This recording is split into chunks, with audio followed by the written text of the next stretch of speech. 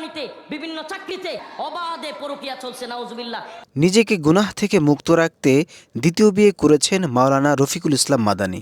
নিজের দ্বিতীয় বিয়ে নিয়ে সামাজিক যোগাযোগ মাধ্যমে এমন পোস্ট করেছেন তিনি। ওই পোস্টে তিনি আরও লেখেন, জানি আমার এই সিদ্ধান্তে আমার প্রথম স্ত্রী কষ্ট পাচ্ছে, এটি ভাবলে আমারও বুকটা ভেঙে যায়।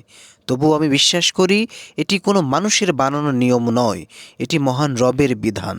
দ্বিতীয় বিয়ের ক্ষেত্রে ইনসাফ করাটাই সবচেয়ে বড় শর্ত। আর আমি আল্লাহর কাছে মাথা নত করে দোয়া করি যেন তিনি আমাকে সেই তৌফিক দান করেন। রফিকুল ইসলাম মাদানীর দ্বিতীয় বিয়ে নিয়ে ভক্তবৃন্দের মধ্যে নানা ধরনের প্রতিক্রিয়া দেখা গিয়েছে। কেউ তাকে সাধুবাদ জানিয়েছে, কেউ বা কঠোর সমালোচনা করেছে। অন্যদিকে বিখ্যাত আলেম ডক্টর এনায়েতুল্লাহ আব্বাসী বলেন, নেটিজেনদের কথায় গুরুত্ব দেওয়ার কোনো প্রশ্নই আসে না। তিনি যেটা করেছেন হালাল কাজ করেছেন, নেটিজেনদের কথায় কিছুই যায় আসে না। আনাস শেখ আম্মার, ডেস্ক নিউজ, দূরদর্শন টিভি।